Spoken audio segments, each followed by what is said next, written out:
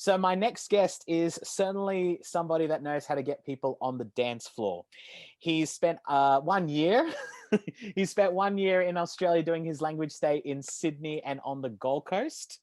He was a season 5 finalist on Langports Got Talent, and he's currently working as a logistician or a forklift operator in Geneva in Switzerland. But he comes from Pays de Jouer. Sorry. Thank you. From the country of France. So would you please welcome my friend, the legendary Thomas. Thomas, thank you so much for being on Hi today's guys. show. How's everything going at the moment in France? Perfectly. I'm working. I'm a good healthy about the situation, so I could be better, but it's nice for the moment. Good. No, it's good. Good to hear. Good to hear. I wanted to sort of get you started because I wanted to talk about your time in Australia, just to sort of give you some of those Aussie vibes. Could you tell me when you did arrive in Australia, what was like your initial reaction? Like, were you nervous? Were you excited? Were you scared? What was going through your thought process? So before Australia, I was a little nervous and stressed because I'm very close to my friends and my family, and I needed to leave everything to go very far to improve my English, exceed my barrier limits.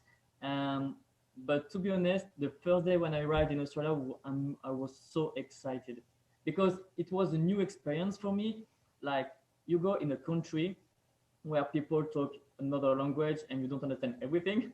Mm-hmm. So you have not to repair, etc. So yeah, I was so how can I say that? It was so a magic things for me to live this experience. And yeah, I was so excited till the first day until the end. And yeah, it was so awesome because I needed to leave my job. Mm-hmm. I worked almost 3 years in France in a company, and I left at my 25 years old to say, okay, Thomas, it's time for you to improve your English and go very far away, leave your friends and leave your family to live a new experience. And I'm really happy and proud of me to do that. So I actually want to know what was going through your head, thinking about performing in front of, the entire school, doing the performance. Give me sort of your snapshot of what it was like to do your performance at Langports Got Talent. So to be honest with you, Shane, I was a little stressed and afraid first time, Yeah. but I think I have a little part of my mind who love do the show. Yeah. So I said, yeah, why not just participating? I don't care if I win or not. And I think I needed to talk with my body. So dancing, and a lot of students and staff know me about that. I love dancing, and I say, okay, I can do a medley. I will try to do my best and just give some fun and happy time to everybody. So Yeah. that's why I was a little stressed, but about myself to do the best medley ever if was possible. So I did a 17 dance in 5 or 6 minutes because I had a short time, and I needed to put the every songs in the good order to have the best mix of songs and know about all choreographies. So it was a bit challenging, but I will proud of it, and I'm happy to do that. To did that, sorry. Nice. So yeah, and we need to talk about the final. The final Yes. with Shane. You did it good. Oh my god! You just learned 1 day before. Yeah. 1 day ago the participation, and you did it really well. So I was really impressed about you, and I think people too. And actually, the video has more 2,000 views. So it's I was happy, and it was a little strange for me because just people from Gold Coast and my friends too could be know about this video, and 2,000 people is a lot for me, because in the room we were around 180 with staff, teachers, and students. So the video increased a lot about the views, and I was so proud of me, of you dancing, and I was organized with all my friends too. The Langports Got Talent was designed as a competition, not just to sort of put everybody up against each other, but it's a way to celebrate sort of the talent beyond the people that you were there. So it was just great to see that you were able to put a little bit of your flavor, your spin in what you've done in your YouTube channel, and just put it out there in front of them and just making people happy, which which is sort of makes a real difference to sort of that experience. So again, I will appreciate you for putting me up on that dance floor there and performing in front of the rest of the school there.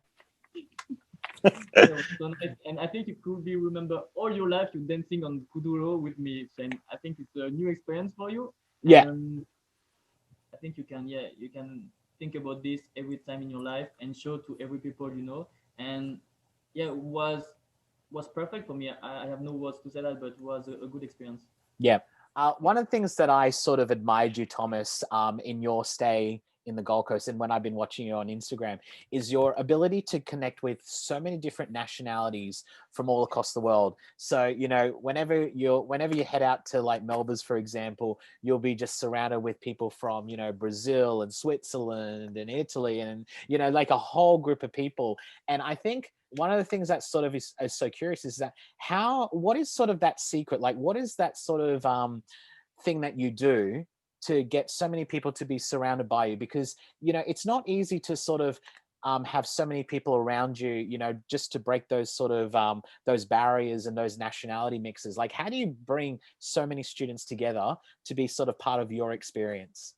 So I think it's in my nature to be very sociable, extrovert, open-minded person who love make people happy and give love and enjoy life. Mhm. So for me was easy because I'm like this in the real life. So I know not to be another person in Australia, but it's really one of the best things I did in Australia is the friendship because I don't know how to explain, but first you start in school or in college and you Mhm. know nobody, and just after a few hours, few days, you have some friends, and now I have a lot of close friends and very close friends like sisters and brothers, Yep. but around the world. I can say in France, Switzerland, Spain, Portugal, Brazil, Colombia, Chile, Paraguay, Italy, Holland, Sweden, Canada, Japan, China, Indonesia, New Caledonia, and Australia. Yeah. So I'm so happy about that because I'm really recognized of my friends because I'm lucky to have all these people around me. Um, and yeah, you don't need to be afraid about the English or if another country about the language because you need to know we are all in the same situation. So we are here to improve.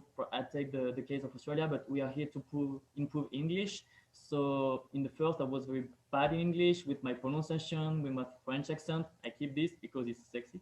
But yeah, Yeah. with the accent. So I was a little afraid, but after a couple of days, of weeks, or months, of course you will improve. So for me in school, but you can work also or travel, etc. But yeah, you could be it could be easy to make some friends at school. For me it's better, Mhm. and you don't need to be afraid because we are all in the same case, all in the same situation to improve. So yeah, I don't know how to say that because I'm like this. For people who are more shy, it's quite be difficult, but you don't need to be shy or don't need to be afraid to make some friends. And after it's the one or maybe the best experience I did in Australia is the friendship. Okay, I visiting a lot of landscapes. I saw beautiful animals like koalas, kangaroos. I did a lot of new experiences like a surf camp, a road trip, skydive, etc. But the friendship is one of the top of my experience here. Really, it's you can create a lot of connection around the world, and I would be happy if I could visiting soon after the coronavirus all these countries of my friends, and of course if they can come to my house. When I say mi casa es su casa, so I will be happy to open my door for every of my friends around the world.